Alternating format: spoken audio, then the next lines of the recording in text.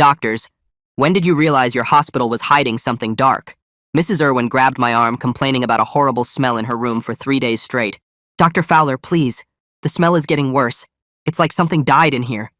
I patted her hand gently and assured her maintenance had checked the vents twice already. Mrs. Irwin had mild dementia, and the nurses had already moved her to a different room once, but she insisted the smell followed her. Over the next few days, her complaints intensified. She refused to eat, saying the smell made her nauseous. She barely slept and kept asking to be moved. The nursing staff was getting frustrated because we had limited beds and couldn't keep accommodating what seemed like paranoid delusions. On day 5, Mrs. Irwin became more agitated. She started refusing to stay in her room at all and would wheel herself to the nurses' station. Other patients began complaining that she was disrupting their rest with her frequent outbursts. "There's something under my bed," she insisted when I tried to coax her back to her room. I actually got down on my hands and knees to look under her bed just to calm her down. There was nothing but dust bunnies and a forgotten pen. I helped her back into bed and increased her anxiety medication. The next morning, Mrs. Irwin's daughter arrived for a visit and immediately complained about an odor. This caught my attention because visitors usually noticed hospital smells more than staff. I called maintenance again and they promised to do a deep clean of the room, but Mrs. Irwin refused to wait. She packed her belongings into a plastic bag and announced she was leaving against medical advice. She kept saying something terrible had happened in that room, and she could feel it. "Mom, you need to finish your recovery here. Your surgery site could get infected. I'd rather die at home than spend another night with that smell." Security was called when Mrs. Irwin tried to leave through the emergency exit. It became a whole scene with her screaming about dead bodies while other patients and visitors watched in alarm. We had to sedate her, which made me feel terrible, but she was becoming a danger to herself. That evening, I decided to spend some time in room 304 myself. Maybe if I sat there long enough, I'd notice whatever was bothering Mrs. Irwin. I did paperwork in her room for an hour, but detected nothing unusual. The same antiseptic hospital smell we all knew. 3 days later, Mrs. Irwin's daughter called to say her mother had passed away at home. She'd never recovered from the trauma of her hospital stay and kept talking about the smell until the end. I felt guilty, wondering if we'd missed something medical that could have saved her. Room 304 stayed empty for a week, which was unusual given our typical capacity. Nurses whispered that it felt wrong somehow. Even rational medical professionals can develop superstitions, and Mrs. Irwin's behavior had unsettled everyone. Eventually, a new patient was assigned to the room, but he requested a transfer after one night. "There's a weird smell," he said, "like something crawled into the walls and died." This time I took it seriously. I called maintenance and insisted on a thorough investigation. They checked everything from the HVAC system to the plumbing. They even brought in a specialized team to look for mold or dead animals in the walls. Nothing turned up, but the smell complaints continued. 2 weeks after Mrs. Irwin's death, a water pipe burst in the room below 304. Maintenance had to remove several floor tiles to access the damaged pipe. That's when they called the police. Under the tiles directly beneath where Mrs. Irwin's bed had been, they found a sealed plastic bag. Inside was a human hand. The police sealed off the entire ward as a crime scene. They brought in forensic teams. The hand had been deliberately placed there and sealed to slow decomposition, but not enough to prevent the smell from seeping through. Investigators questioned all the staff about who had access to that room. They pulled employment records going back years. The hand was sent for DNA testing. The hospital administrators were in full damage control mode, worried about lawsuits and publicity. I couldn't stop thinking about Mrs. Irwin. She'd been right all along, and we'd dismissed her as delusional. The guilt was overwhelming, especially when her daughter called asking if her mother's death was connected to what they'd found. The DNA results came back, but raised more questions than answers. The hand belonged to a nurse who'd worked on our floor 5 years ago. The problem was she was very much alive and still had both hands. She'd moved to another state and was shocked when police contacted her. Someone had used tissue samples to create a convincing fake. "Who would do something like this?" Nurse Maya asked during our staff meeting. The detective leading the investigation had a theory, but needed more evidence. He mentioned that Mrs. Irwin had been a nurse herself 40 years ago at this very hospital. She'd worked this exact floor when it was the psychiatric ward. The placement might not have been random at all. "We're looking into cold cases from her time here," the detective said. "Someone wanted her specifically to find this. The question is why. Requested Reds is on Spotify now. Check out link in the description or comments." Detective Barnett leaned forward and tapped the folder on the table. Whoever did this knew exactly which room she'd be assigned to. He pulled out a chart showing bed assignments from the past month. They knew her surgery date, her recovery timeline, everything. My stomach twisted as I stared at the papers. The precision of this whole thing makes my skin crawl. The door suddenly burst open and Sloane Rosen from Risk Management rushed in. "Stop this discussion immediately." She looked around the room with panic in her eyes. Everything needs to go through legal channels from now on. She pointed at each of us. The hospital could face massive liability if we don't handle this properly. Detective Barnett just stared at her coldly and closed his folder. This is a criminal investigation, not a liability issue. Sloane's face turned red, but she didn't back down. I'm calling the legal department right now. She stormed out and slammed the door behind her. That evening, I went straight home and dug through my desk for Mrs. Irwin's file. I spread out every incident report I'd written across my kitchen table. Each note I'd written felt like a punch to the gut. Patient continues to complain about non-existent odor. Increased anxiety medication per standard protocol. Patient exhibiting signs of paranoid delusion. I should have listened to her. I should have taken her seriously. The next morning, Detective Barnett called and asked me to meet him at the hospital. I need you to walk me through the ward layout. We started at the nurses' station and worked our way down the hall. I showed him the maintenance corridors hidden behind unmarked doors. Anyone with a key could access these. He took photos of every entrance and exit. We checked the storage rooms filled with supplies and old equipment. How many people have access to these areas? I counted on my fingers. Maybe 30 staff members, plus maintenance crews. The detective wrote everything down in his notebook. Edison Walker from facilities met us outside room 304 with a stack of blueprints. You wanted to know about the flooring system? He unrolled the papers on a nearby cart. This whole section was renovated 15 years ago after water damage. He pointed to the specific area under where Mrs. Irwin's bed had been. The original tiles from the 80s are underneath the new ones. Detective Barnett studied the blueprints carefully. I need all maintenance records going back 40 years. Edison nodded and said he'd pull everything from storage. Later that afternoon, Detective Barnett gathered us in the conference room again. The DNA results are more complicated than we thought. He passed around a lab report. The hand belongs to a nurse who worked here 5 years ago. Everyone started talking at once, but he held up his hand. She's alive and still has both hands. The room went silent. Someone harvested her tissue samples or DNA from something she touched regularly. He looked around at our shocked faces. This isn't just revenge. It's sophisticated planning. That evening, I finally worked up the courage to call Mrs. Irwin's daughter. My hands shook as I dialed her number. She answered on the third ring, and I could barely get the words out. I'm so sorry we didn't believe your mother. There was a long silence on the other end. She was right all along, and we failed her. Her voice was quiet when she finally spoke. I just want to know why someone targeted her. We agreed to stay in contact as the investigation continued. The hospital administrator called an emergency meeting the next day. We need this ward back to normal operations immediately. She looked stressed and kept checking her phone. We're running out of beds and the publicity is affecting admissions. I wanted to scream that a woman died because we ignored her.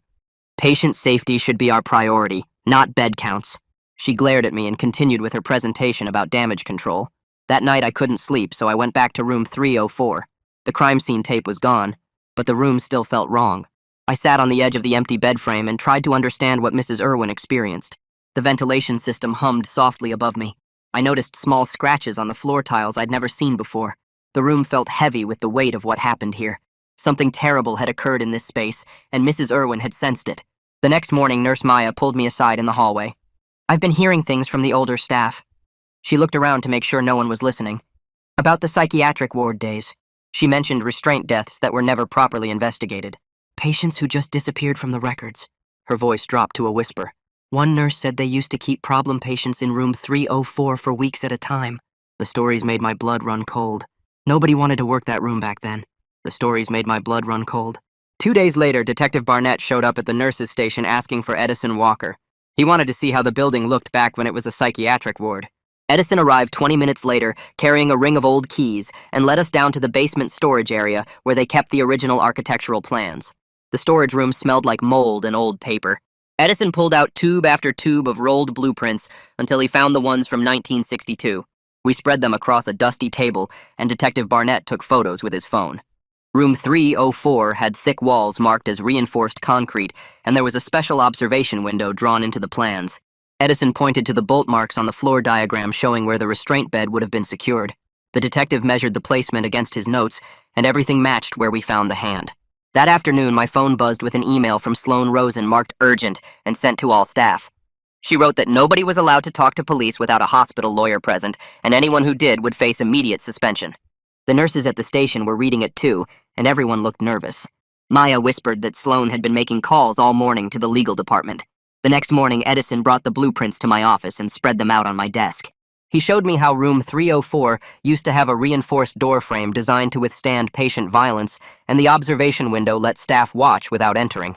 The bed bolts were positioned exactly where Mrs. Irwin's hospital bed had sat, and the hand was buried right under where the restraints would have held someone's wrist. Edison said the precision couldn't be coincidence. During my lunch break, I grabbed a notebook and started mapping out everything that happened from when Mrs. Irwin first complained to when we found the hand.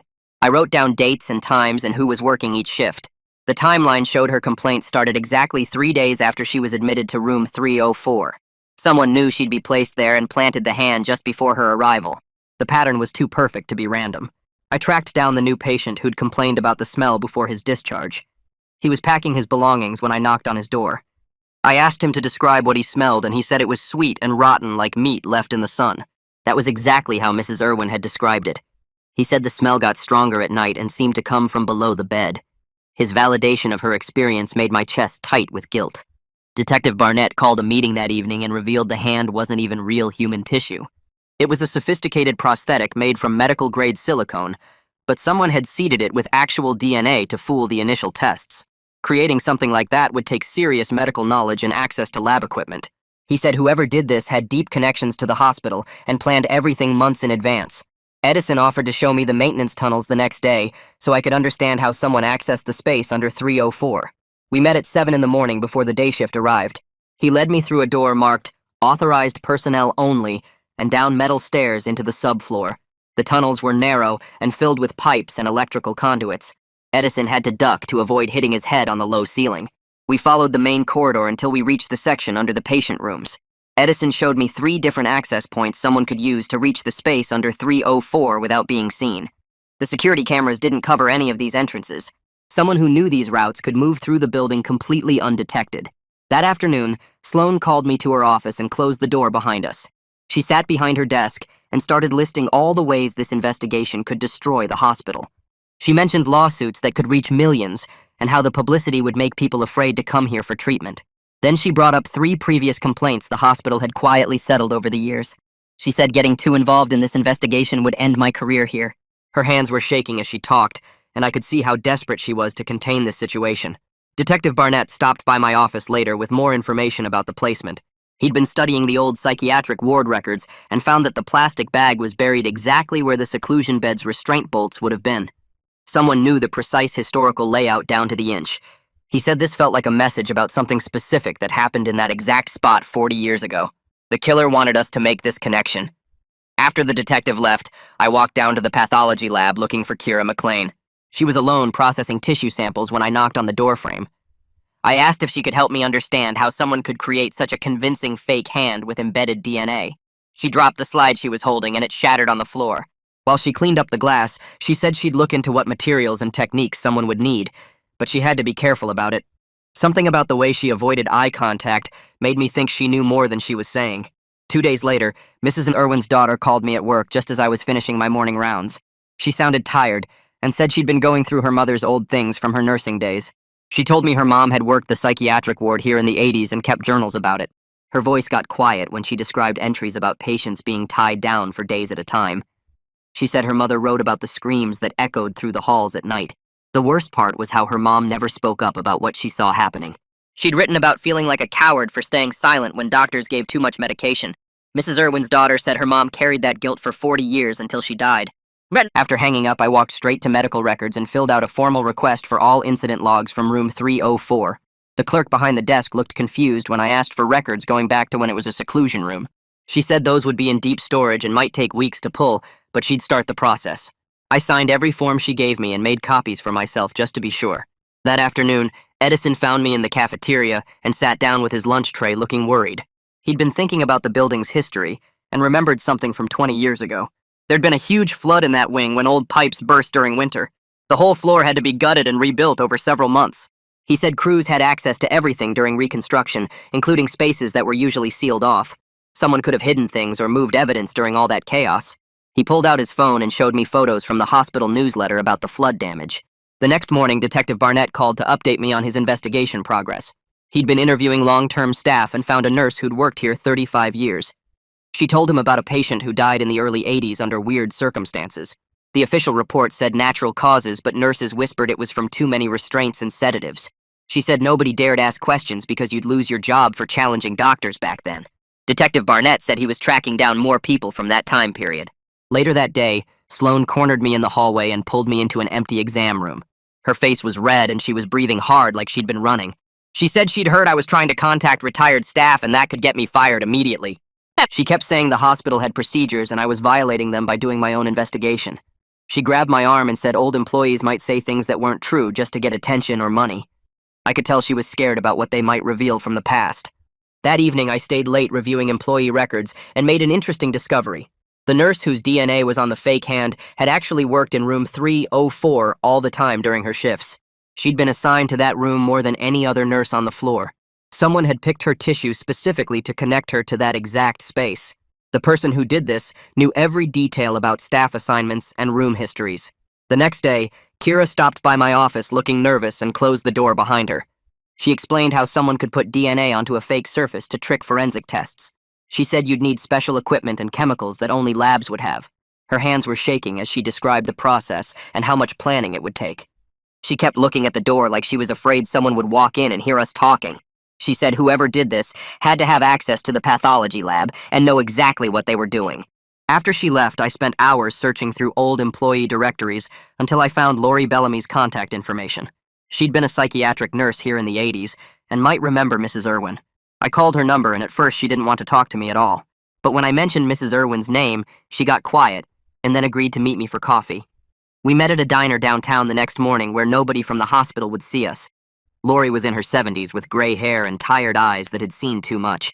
She remembered Mrs. Irwin as one of the only nurses who was kind to the psychiatric patients. She said most staff treated them like animals, but Mrs. Irwin would sneak them extra food and blankets. Lori pulled out a napkin and started drawing the old layout of what became room 304. She showed me exactly where the metal bed frame was bolted to the floor for restraints. Patients would be tied down with their arms and legs spread out so they couldn't move at all. She marked 4 X's on the napkin showing where the bolts went into the concrete. The hand had been placed exactly where the left wrist restraint bolt would have been. She said patients would be left like that for days until their wrists and ankles were raw and bleeding. The placement of that fake hand wasn't random, but a message about what happened in that spot. That afternoon, Detective Barnett went to court to request all chemical restraint logs from the psychiatric ward in the 80s. The hospital lawyers showed up to fight it, saying those records were protected and too old to matter. But the judge sided with Detective Barnett and ordered the hospital to turn over everything. 3 days later, dozens of boxes arrived from off-site storage filled with yellowed papers and faded ink. The next morning, Sloane stormed into the records room where I was sorting through the boxes with Detective Barnett. She waved a stack of legal papers in our faces and said we couldn't look at anything older than 20 years without special court approval. Detective Barnett stood up slowly and stared at her with cold eyes. He pulled out his phone and called someone about getting a broader warrant if the hospital kept blocking the investigation. Sloane's face turned red as she listened to him describe her obstruction to whoever was on the other end. The tension in that small room made it hard to breathe. After she left, I kept digging through the papers while Detective Barnett went to meet with the judge. My hands were shaking as I opened folder after folder of old incident reports from the psychiatric ward days. That's when I found it buried in a stack from 1983. Mrs. Irwin's signature appeared as a witness on 3 different restraint injury reports, all from the same month. Her neat handwriting documented patients with broken wrists and torn skin from struggling against the metal restraints. One report described a young man who screamed for hours before going quiet. Mrs. Irwin had written that she tried to get the doctor to check on him, but was told to mind her own business. My stomach turned as I realized someone wanted her to remember these specific incidents. Edison knocked on the door carrying more boxes from the basement archives. He'd found old maintenance records that nobody had looked at in decades. As we went through them together, he pulled out a work order that made us both stop. It was dated 3 weeks after that young man's incident in 1983 and requested urgent tile replacement in the seclusion room. The reason listed was water damage, but Edison said that didn't make sense. The pipes in that area had never leaked according to all the other records.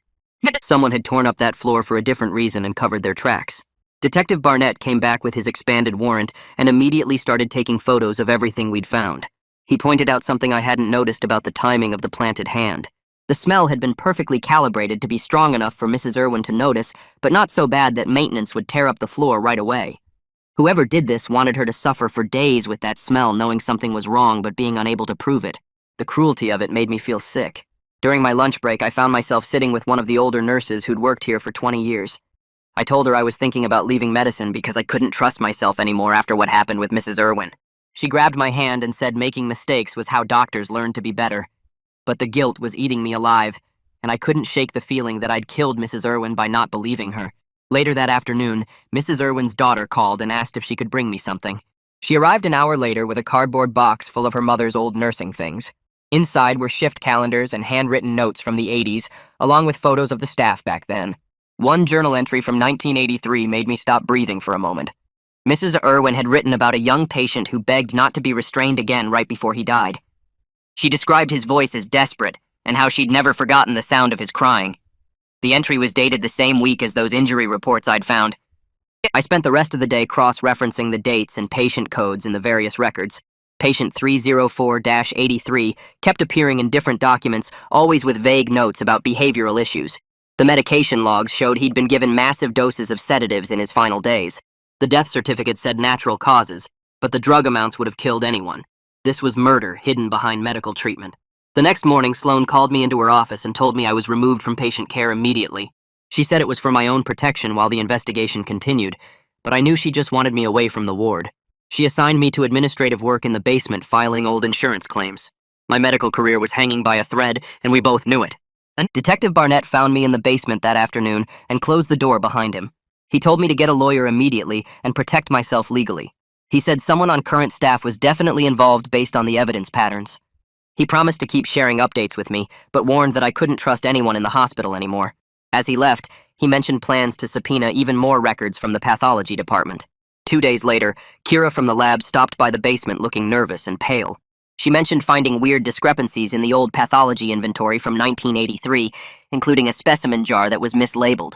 Her hands shook as she described having nightmares about what might be hidden in those old storage rooms. She kept looking over her shoulder like someone might be watching us. The guilt on her face was obvious, as she talked about how the lab had always been sloppy with record-keeping back then. The next morning, I went straight to the security office and asked for badge access logs for the past 6 months. The guard behind the desk looked confused, but pulled up the records on his computer. I wanted to see who could get into the maintenance areas under the ward. The list was shorter than I expected, with only 12 names showing regular access. Most were maintenance workers, but 3 names stood out as long-term employees who'd been here over 20 years. Edison Walker was on the list along with 2 other supervisors who'd worked here since the 80s. Someone with that kind of knowledge about the building would know exactly where to hide things and when to plant them. I printed the list and headed to meet Lori at a coffee shop downtown. She was already waiting in a corner booth looking nervous and checking her watch every few minutes. When I sat down, she immediately started talking about Timothy without me even asking. She said she'd always known something was wrong with how he died, but nobody would listen to a young nurse back then. The doctors had all the power, and questioning them meant losing your job and never working in healthcare again. She described watching them increase his meds every day until he could barely open his eyes. The restraints left marks on his wrists that got infected, but they just covered them with bandages and kept him tied down. She said the culture of silence was so strong that nurses would pretend not to see things just to keep their jobs. The same system that let them kill Timothy was the one that dismissed Mrs. Irwin 40 years later. Nothing had really changed except the methods got more subtle.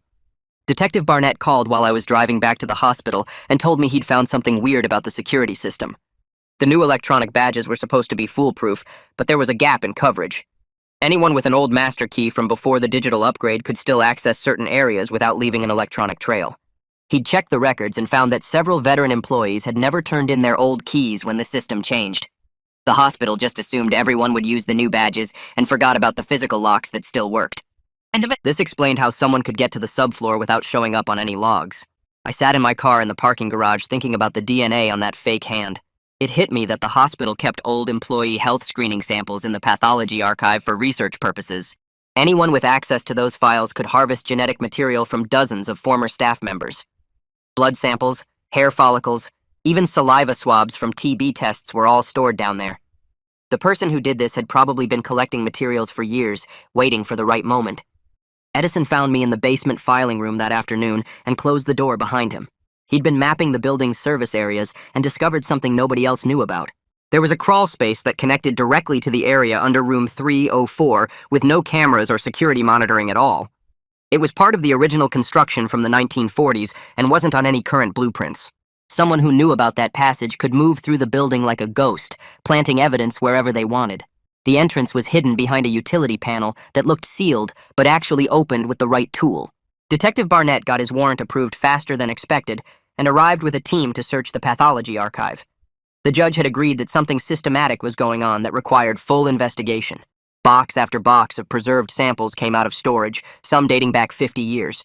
Old specimen jars with faded labels, tissue samples in formaldehyde, and forgotten evidence from cases nobody remembered anymore. The forensic team set up a processing area in an empty conference room and started cataloging everything. I went down to help organize the materials and found Kira already there. She'd been crying and her eyes were red and puffy. She kept staring at specific shelves like she knew exactly what was hidden there. When I asked if she was okay, she just shook her head and whispered something about making things right. Her hands were shaking as she pointed out which boxes contained samples from the 80s. She knew way too much about what was stored where for someone who'd only worked here 10 years. Sloane pulled me into her office later that day and locked the door. She looked exhausted and defeated as she sat down across from me. She admitted the hospital had quietly settled 3 different whistleblower complaints in the past decade. All of them involved staff members who'd questioned patient care standards or reported suspicious deaths. She'd been the one negotiating the settlements and making sure nothing went public.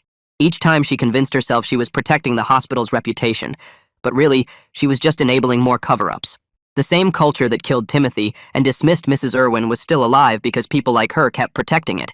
She handed me a folder with copies of the settlement agreements, finally ready to stop hiding the truth. Detective Barnett's team found what they were looking for in a box labeled for disposal, but never actually thrown away. The specimen jar had been mislabeled as educational materials, but inside was tissue preserved from patient 304-83. The DNA testing confirmed it was from Timothy, the young man who died in that room in 1983. Someone had kept pieces of him all these years like a trophy or evidence of what happened. Mrs. Irwin had been right to feel something dark in that room because a murder victim's remains were literally stored beneath the hospital. I found Kira in the break room that evening and sat down across from her. The guilt on her face was obvious now that I knew what to look for. I told her I knew she was involved somehow and that it was time to tell the truth. She broke down completely, sobbing so hard she could barely breathe. Between gasps, she admitted she'd known about Timothy's preserved tissue for years. She'd found it by accident while doing inventory and realized what it meant. The weight of keeping that secret had been destroying her from the inside. She started talking faster now, words spilling out like water from a broken dam. She told me how she'd found Timothy's tissue samples 5 years ago while doing routine inventory in the old storage area. The jar was mislabeled, but she recognized the patient code from cross-referencing old records. She'd spent months piecing together what happened to him back in 1983. The more she learned about the restraints and overdoses, the angrier she got. When she heard Mrs. Irwin was admitted to room 304, she saw her chance. She knew Mrs. Irwin had worked that floor during Timothy's death. She thought if Mrs. Irwin found evidence, people would finally have to listen. She'd taken DNA from an old hairbrush the nurse left behind years ago and used her lab access to create the fake hand. She'd snuck into the maintenance tunnels late at night and placed it under the floor tiles. She sealed it just enough to let the smell seep through slowly. She never thought Mrs. Irwin would die from the stress. She just wanted someone to investigate Timothy's murder after 40 years of silence. Her whole body shook as she confessed everything. Detective Barnett arrived within an hour after I called him. He listened to Kira repeat her confession while recording everything on his phone. He didn't interrupt or judge, just let her talk until she ran out of words. When she finished, he set down a cooperation agreement he'd already prepared. He said if she told them everything about the cover-up and who else knew, the prosecutor would recommend reduced charges. She signed immediately without even reading it, desperate to make things right somehow. The investigation shifted completely after that. Instead of hunting for a mysterious perpetrator, they were now exposing an entire system of cover-ups. Barnett's team started pulling records from dozens of suspicious deaths during the psychiatric ward era. Sloane called an emergency meeting that afternoon. She looked defeated as she stood at the conference table. She said the hospital needed to get ahead of this before it destroyed them completely. She'd been up all night with the legal team, and they all agreed that transparency was their only option now. The cover-up had become more dangerous than admitting the truth. She handed out packets outlining a new cooperation strategy with investigators. Even someone like her had limits to what she'd protect. The hospital would open all records from the psychiatric ward era and assist with the investigation. They'd also establish a fund for victims' families and implement new oversight systems. She looked sick saying it, but she knew they had no choice anymore. I stepped out to call Mrs. Irwin's daughter before the news went public. My hands shook as I dialed her number. When she answered, I told her we'd discovered what really happened in that room. I explained about Timothy's murder in 1983 and how someone had planted evidence to expose it. I told her that her mother had been right all along about sensing something evil there. She started crying hard on the phone. She said her mom died knowing something terrible had happened, but no one believed her. We stayed on the phone for 20 minutes, sharing our grief over failing Mrs. Irwin. She thanked me for finally listening, even though it was too late. The next morning, the hospital held a press conference in the main auditorium. The administrator stood at the podium reading from prepared notes while reporters packed the room. She acknowledged systematic failures during the psychiatric ward era that led to patient deaths. She announced a complete review of all cold cases from that time period. Her voice cracked as she apologized to the families affected by decades of institutional silence. She looked genuinely sick, having to admit these failures publicly. Reporters shouted questions, but she stuck to her script. The hospital would cooperate fully with law enforcement and provide resources for a thorough investigation. They were also establishing new oversight committees to prevent future tragedies. Detective Barnett took the podium next to announce the formal murder investigation into Timothy's death from 1983. He explained that while most people involved were now deceased or elderly, justice still mattered. His team would pursue every lead and hold anyone still alive accountable for their roles. The truth needed to come out even after 40 years. The crowd erupted with more questions, but he kept his answers brief and professional. 2 days later, Kira was formally charged with evidence tampering and interfering with human remains. The judge released her on bail after she agreed to testify about everything she knew. She stood in the courtroom accepting responsibility while also exposing the broader conspiracy. Her lawyer explained how she'd acted out of desperation to reveal a murder that everyone else had ignored. Some people in the gallery actually nodded with understanding. Her courage in confessing earned her some respect, despite her crimes. The hospital called me into a disciplinary meeting that week. They gave me a formal reprimand for overstepping boundaries during the investigation. But in the same meeting, they asked me to join their new patient safety committee. They said they needed someone who'd learned the hard way about listening to patients. My career survived, but it was completely transformed. I'd never practice medicine the same way again. The hospital's legal team started settlement negotiations with both Mrs. V. Irwin's daughter and Timothy's surviving sister. They offered financial compensation along with a formal apology program. The lawyers worked out details over several weeks of intense meetings. The institution finally acknowledged its deadly failures after decades of denial. Money couldn't bring back the dead, but the acknowledgement mattered to the families. Our new safety committee met every week to implement sweeping changes. We created policies requiring immediate investigation of any patient complaint regardless of mental status. We installed new locks and monitoring systems for all subfloor access points. We mandated that any unusual odor reports be escalated to facilities management within 2 hours. Every change we made traced back to Mrs. Irwin's suffering and death. 3 weeks later, Lori sat in the prosecutor's office signing page after page of her sworn statement about the psychiatric ward. Her hands shook slightly as she described the leather restraints they used to strap patients down for days at a time. She detailed how supervisors ordered extra sedatives when patients screamed too loud and disturbed the other wards. The prosecutor recorded everything while taking notes about specific incidents she remembered from 1983. Lori kept wiping tears from her eyes as she talked about patients who died during her shifts and how the death certificates always listed natural causes. She named the supervisor who ordered Timothy's final dose of sedatives and described finding his body still strapped to the bed the next morning. The prosecutor showed her old medication logs, and she confirmed the handwriting belonged to various staff members from that era. After 4 hours of testimony, she finally finished, and the prosecutor thanked her for her courage in coming forward. Lori stood up looking somehow lighter than when she'd arrived and told them she should have spoken up 40 years ago. The following month, contractors finished renovating room 304 and removed all traces of its dark history. I walked into the bright medical room carrying 2 small bouquets of flowers I'd bought from the gift shop downstairs. The walls were freshly painted white, and new equipment lined the counters where the old restraint anchors used to be. I placed 1 bouquet on the windowsill for Mrs. Irwin and whispered an apology for not believing her when she needed me most. The second bouquet went on the bedside table for Timothy, acknowledging the young man who died in this exact spot 40 years ago. The room felt different now, cleaner somehow, like opening windows after a long winter. I stayed there for 20 minutes just standing quietly and thinking about all the suffering these walls had witnessed. 2 days later, the lead prosecutor called to update me on their investigation into Timothy's death. They'd tracked down the supervisor Lori had named, a 90-year-old man now living in a memory care facility with advanced dementia. His family had been shocked to learn about the allegations, but after reviewing the evidence, they agreed to a symbolic plea on his behalf. The prosecutor explained that while criminal prosecution wasn't possible given his mental state, the formal acknowledgement of his crimes mattered for the historical record. The family's lawyer read a statement accepting responsibility for the supervisor's actions and expressing regret for Timothy's death. The judge entered the plea into the official record, ensuring that Timothy's murder would finally be recognized by the legal system, even if justice came too late for real accountability. That same week, the hospital board announced the creation of the Irwin Patient Advocacy Fund during a packed press conference. The fund would provide resources for families challenging medical decisions and investigating suspicious deaths in healthcare facilities. They allocated $2 million in initial funding and promised to match all public donations for the first year. The administrator read a prepared statement acknowledging that Mrs. Irwin's case exposed serious failures in how they responded to patient concerns. Her name would now be permanently linked to protecting vulnerable patients and ensuring their voices were heard. Several reporters asked questions about other potential cases, and the administrator promised full transparency going forward. Meanwhile, Kira appeared in court to formally accept her plea deal with the prosecutor's office. She stood before the judge and surrendered her medical license, accepting 5 years of probation for evidence tampering and interfering with an investigation. The judge approved her agreement to work with the new Patient Safety Fund, developing protocols to prevent future tragedies.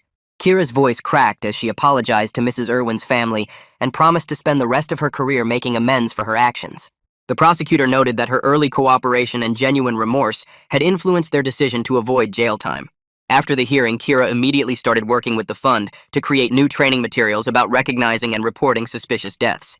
6 months after everything came to light, I met Mrs. Irwin's daughter at the new memorial plaque the hospital installed in their garden. The bronze plaque listed both Mrs. Irwin and Timothy's names, along with a dedication to all patients whose voices went unheard. Mrs. Irwin's daughter touched the plaque gently while I explained all the changes her mother's suffering had inspired throughout the hospital system. I told her about the new protocols, the advocacy fund, and the mandatory training for all staff about taking patient complaints seriously. She listened quietly, then turned to me with tears in her eyes and said her mother would want healing more than revenge.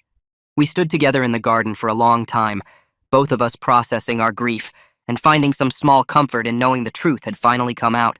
Over the next year, our entire ward culture transformed as new policies took effect throughout the hospital. Staff meetings now started with reviewing every patient complaint from the previous week, no matter how minor they seemed. We implemented a rapid response system where any unusual odor report triggered immediate investigation within 2 hours. Nurses received training on documenting patient concerns without judgment and escalating them through proper channels. The old attitude of dismissing difficult patients as problematic slowly gave way to seeing their distress as valuable information. Trust between staff and patients began rebuilding through hundreds of small actions, proving we'd truly changed. Even now, 3 years later, I still wake up some nights thinking about Mrs. Irwin grabbing my arm and begging me to believe her. The guilt will never fully leave me, but I've learned to channel it into purposeful action. Every week, I teach rounds to medical residents and share Mrs. Irwin's story as a warning about the dangers of dismissing patients. I tell them that our medical degrees don't make us infallible, and that sometimes the patient with dementia sees more clearly than the doctor with decades of experience. Her ghost walks with me through the hospital halls, a constant reminder that listening saves lives while dismissal can kill. And that's a wrap on today's video. I love sharing these moments with you all so much. Hit subscribe and let's keep the good energy flowing.